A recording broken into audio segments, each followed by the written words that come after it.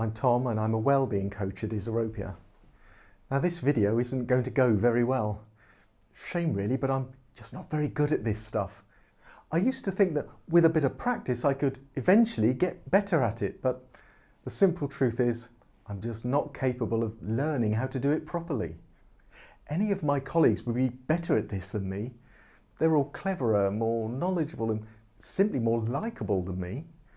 So probably the whole thing isn't worth my trying, and I'm sorry to have wasted your time. And that was the voice of my inner critic. My inner critic pops up from time to time. Sometimes like this, just as I'm about to do something where I'd like to feel confident and calm, yet there goes my inner critic voice, finding fault, undermining my self-esteem, and giving a whole host of reasons why I'm not up to the job. It always seems to be judging me, and it's not very impressed with what it's found.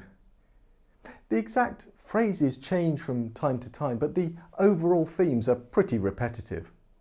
I'm not worthy, I can't do it, if it's not perfect it's not good enough, I don't fit in here or anywhere else, I mustn't make any mistakes ever, nobody likes me, I should be ashamed of myself. I don't even know why I try, after all I always fail. That was some of my inner critic's favourites. It's hard to live with that kind of mental battering from inside my own head. And where it got really tough was, I totally believed it. Completely. It was in my head, therefore it was a fact. Most people will be familiar with this negative, critical, demoralising self-talk. But for some of us, it gets truly debilitating. It stops us living full, happy, healthy lives. Some people's inner critics focus on specific topics, such as physical appearance or work performance or social standing or their personal relationships. Maybe for some people, every aspect of life can be harshly maligned by this relentless negative internal dialogue. While developing an inner voice in early childhood may have helped us avoid, say, running into a busy road or touching a hot radiator, pulling a pet's tail, etc. When we internalise critical self-talk, we can believe these thoughts as facts about how we truly see ourselves and our place in the world. So what can we do when our inner critic is so dominant that it affects our quality of life? 1. Acknowledge that thoughts are not necessarily the same as facts. No matter how many times we've had the same thought, for example, I am useless, it's an opinion and not a reflection of reality. It's the opinion of my inner critic only.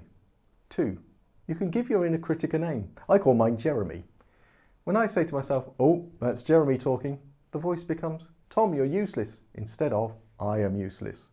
Which goes to show just how hostile my inner critic is, but also that it becomes a separate viewpoint that I don't have to claim as my own. 3. You can write down a more balanced and truthful response to the mean inner voice. So if Jeremy says, you're useless, I can jot down, when it comes to knitting or golf, I am pretty useless. I own that and I'm fine with it. But there are many areas in my life where I'm competent and successful. Helps me to be kinder and more compassionate to myself whenever Jeremy goes off on one. 4. We don't have to believe and we don't have to act on the opinions of our inner critic. We can actually defy him or her, be who we want to be and do whatever gives us a sense of achievement and purpose. The more often we identify it's just the inner critic talking, the more we distance ourselves from them and act as if their opinions don't matter. We get stronger, more confident, and enjoy life more. When I really want to silence Jeremy, I say to myself, I am worthy, I am capable, I am enough. Jeremy will return, he always does, and he's entitled to his opinion, I guess. I just don't have to share it. He means well, but his use of language leaves me feeling down on myself.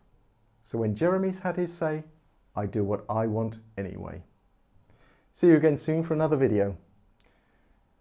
Well, that didn't go very well, did it? I don't know why you think you're good at making videos. It really isn't your forte. Oh, Jeremy's turned up.